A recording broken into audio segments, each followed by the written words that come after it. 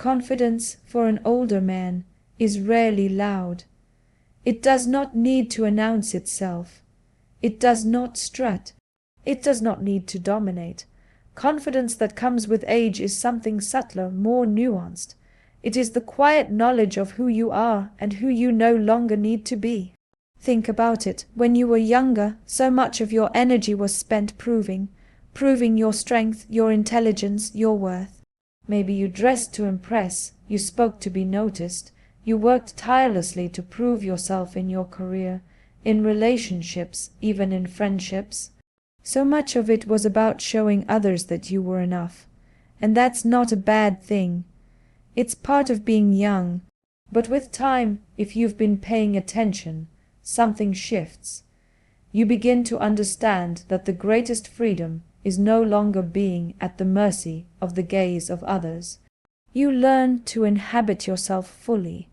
A good-looking older man carries this awareness in his posture, in his silence, in his very presence. He is not trying to compete with the younger man across the room, because he has learned that charm is not in youth, it is in presence. He is not comparing himself to the man with more hair, or the man with fewer wrinkles, because he knows that desire is not sustained by a wrinkle-free face. It is sustained by the energy one transmits, by the confidence of being comfortable in one's own skin. This kind of confidence is magnetic because it is rare. You see, we live in a culture that worships youth and fears aging. We are told constantly that to remain attractive we must chase after the markers of youth, chase the latest trends, hide the signs of time, cling to a vitality that we are terrified of losing. But the most compelling men are those who resist this panic. They don't deny their age, they embrace it. They don't try to pretend they are 20 years younger. They revel in the richness of what it means to have lived. That, paradoxically, is what makes them so captivating. Let me tell you something. When you walk into a room, people notice when you are comfortable with yourself. They notice when you are not posturing, when you are not performing, when you are not trying to prove. A man who does not seek constant validation creates a space where others can relax too. His confidence doesn't need to crush others. It invites them in, and women, men, friends, colleagues. We are drawn to that. We are drawn to someone who can hold himself with ease. We are drawn to the steadiness, to the calm, to the subtle authority of someone who is anchored in himself. It is deeply attractive because it is deeply reassuring. Confidence in age is also the confidence to laugh at yourself. It is the ability to tell a story of your mistakes without embarrassment. It is to no longer need to appear perfect, because you have learned that perfection is boring. The laugh lines on your face are not something to erase. They are evidence of a life lived fully. They say, this man has known joy. He has known pain. He has known failure and success, and he has survived all of it. And there is something irresistible about that kind of resilience. A good-looking older man wears his scars the way others wear accessories, not flaunting them, but not hiding them either. They are part of the tapestry of his life, and when he carries them with dignity, it adds a layer of beauty that no cosmetic procedure could ever replicate. So when I say confidence that comes with experience, I don't mean arrogance. I don't mean the loud self-importance of someone who always needs to remind you of what he has done, what he owns, who he knows. That is not confidence. That is insecurity dressed up in a suit. True confidence is quieter. It is felt in the pauses. It is in the way a man can listen without feeling threatened. It is in the way he can give space without disappearing, and hold space without suffocating. It is the way he can say, I don't know, without shame. It is the way he can admit vulnerability and still feel strong.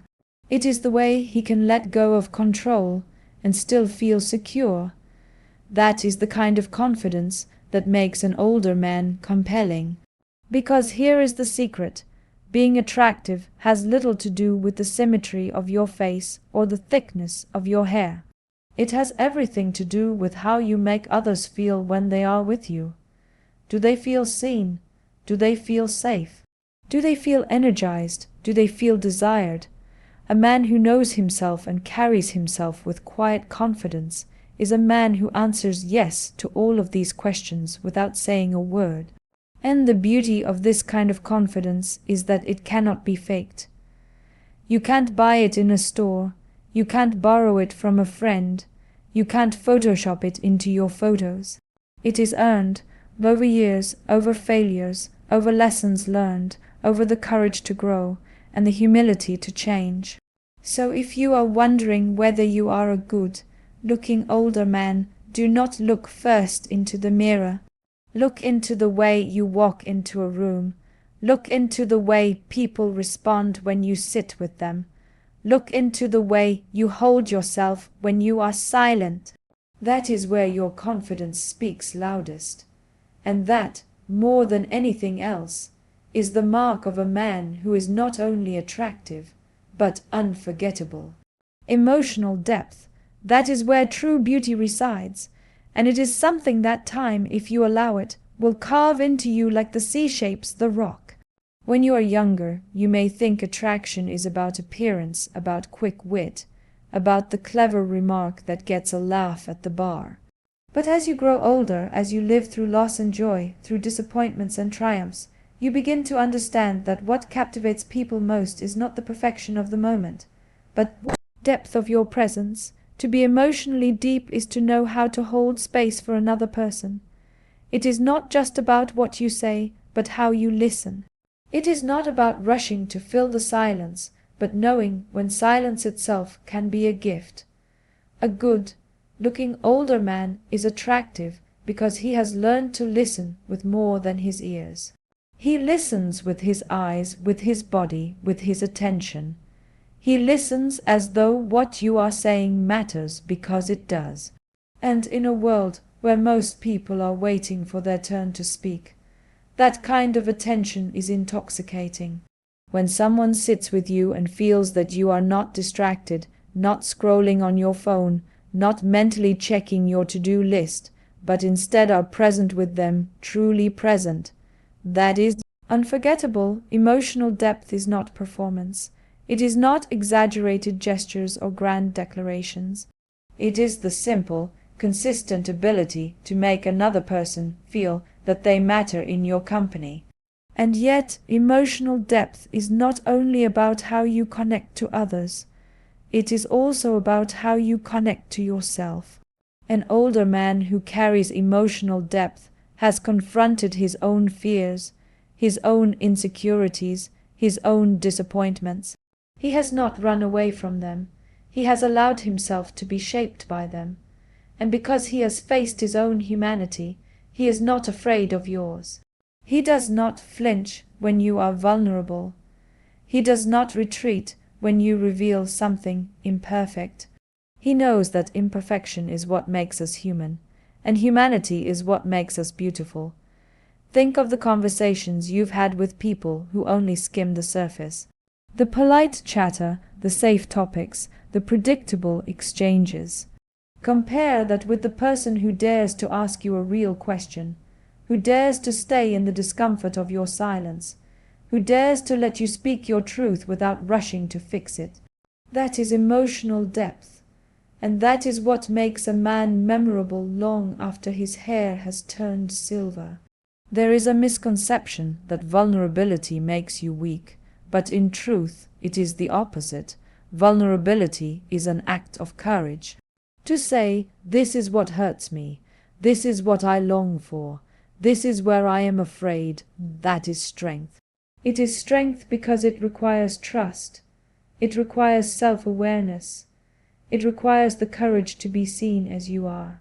A man who can reveal himself without collapsing into shame exudes a kind of power that is far more compelling than muscles or money. What makes emotional depth so magnetic is also its playfulness. Depth is not about heaviness. It is not about always being serious or solemn. In fact, one of the most beautiful qualities of a man with emotional depth is his ability to weave between laughter and sincerity, between teasing and tenderness.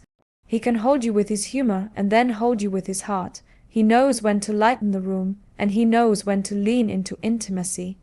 That balance between joy and seriousness, between levity and gravity, is what gives him his irresistible presence. And let us not forget curiosity. Curiosity is the lifeblood of emotional depth. A man who stops being curious about others, about the world, about life itself, becomes flat. But a man who asks questions not because he wants information, but because he truly wants to understand you, that man glows with a kind of beauty that no passing of time can dim. His interest in others keeps him vibrant, keeps him alive, keeps him magnetic. To be emotionally deep is also to be emotionally generous. It is to be able to celebrate the joy of others without envy, to offer comfort without condescension, to give encouragement without agenda. It is to know that connection is not a transaction but a gift. People feel this. They know when you are giving with strings attached, and they know when you are offering yourself freely. Emotional depth is that generosity of spirit that says, I see you, I hear you, I am here with you. And in love, in intimacy, this depth becomes even more powerful. The good-looking older man is not trying to seduce you with empty lines. He seduces by the way he pays attention.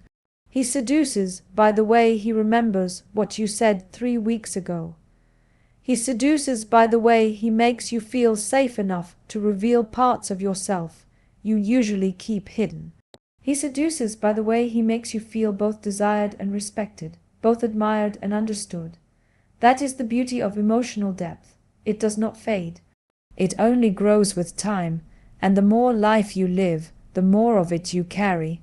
When a man embraces this, when he stops pretending, when he stops hiding, when he learns to show up with honesty and with presence, he becomes not just attractive, but unforgettable. Vitality is often misunderstood. We think it is measured in how fast we run, how heavy we lift, how flat our stomach remains. But real vitality, the kind that makes someone captivating as the years advance, is not in the body alone. It is in the spark of the eyes, the curiosity of the mind, the warmth of the smile, the willingness to keep engaging with life instead of retreating from it. A man may have gray hair, he may move more slowly than he once did, but if he radiates vitality, people feel drawn to him as though he carries light. You see, vitality is not about youthfulness, it is about aliveness. There is a difference. Youthfulness is about how old you are. Aliveness is about how you choose to live. A good-looking older man is not the one who is desperately clinging to his 20s, trying to compete with men half his age. No, he is the one who has embraced his stage of life, who finds beauty in it, who remains open to experiences and refuses to let himself go numb. His vitality does not deny age, it celebrates it. This kind of vitality is contagious. When you sit across from someone who is still learning, still questioning, still interested in the world, you feel your own energy rise. He talks not only of what he has already done, but also of what he still wants to do, what he still dreams about, what he still wonders about. That sense of forward momentum, even in later years, is magnetic. It tells you, here is a man who is not finished, who is not stagnant, who is not merely existing. He is still living. And vitality has layers. It is in the body, yes, but also in the spirit. It is the willingness to laugh at yourself, to be playful, to find joy in the small things. A man who can still be silly, who can still dance even if he looks ridiculous, who can still tease with affection, carries a kind of charm that no wrinkle can erase. That playfulness is vitality. It shows that life has not hardened him, that he has not become bitter, that he has not closed himself off. At the same time, vitality is in how you take care of yourself, not out of vanity, but out of respect. Respect for your body, for the vessel that carries you through life. It is in choosing health, not because you are chasing youth, but because you value the energy it gives you to keep doing the things you love. It is in staying active, not because you want to impress, but because you want to feel strong enough to keep showing up. That kind of care shows, and it makes you attractive, because it signals that you are engaged with life, not withdrawing from it. But perhaps the greatest expression of vitality is desire. Desire not just in the romantic sense, though that too is powerful, but desire in the broadest sense, the desire to taste, to see, to experience, to touch, to learn. Desire is the force that keeps us alive. And when you encounter a man who still desires, who still hungers for life, who still carries passion in his eyes, it is irresistible. He is not resigned, he is not checked out. He still longs, and that longing is a flame that warms everyone near him. Vitality is also the ability to adapt. To age with vitality is not to cling to what was, but to embrace what is.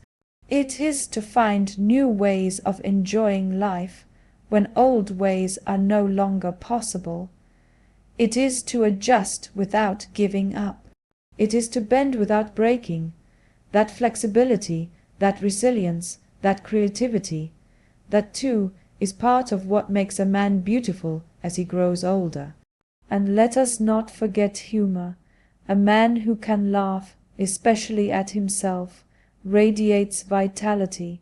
Humor shows perspective, it shows lightness, it shows that life has not defeated him.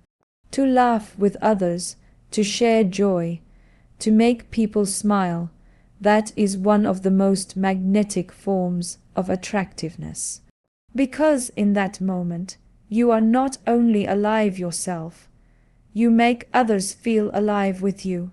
So when people wonder what makes an older man good looking, it is not only the lines of his face or the shape of his body. It is the energy that he carries. Does he light up when he talks about something? Does he still have curiosity in his eyes? Does he still enjoy, still play, still laugh, still love? That is vitality, and that is beauty. Because in the end, vitality is not measured by the years you have lived, but by the life you continue to bring into each year. And a man who carries that kind of aliveness, who radiates that kind of energy, who refuses to simply exist but insists on living, he becomes more attractive with every passing year.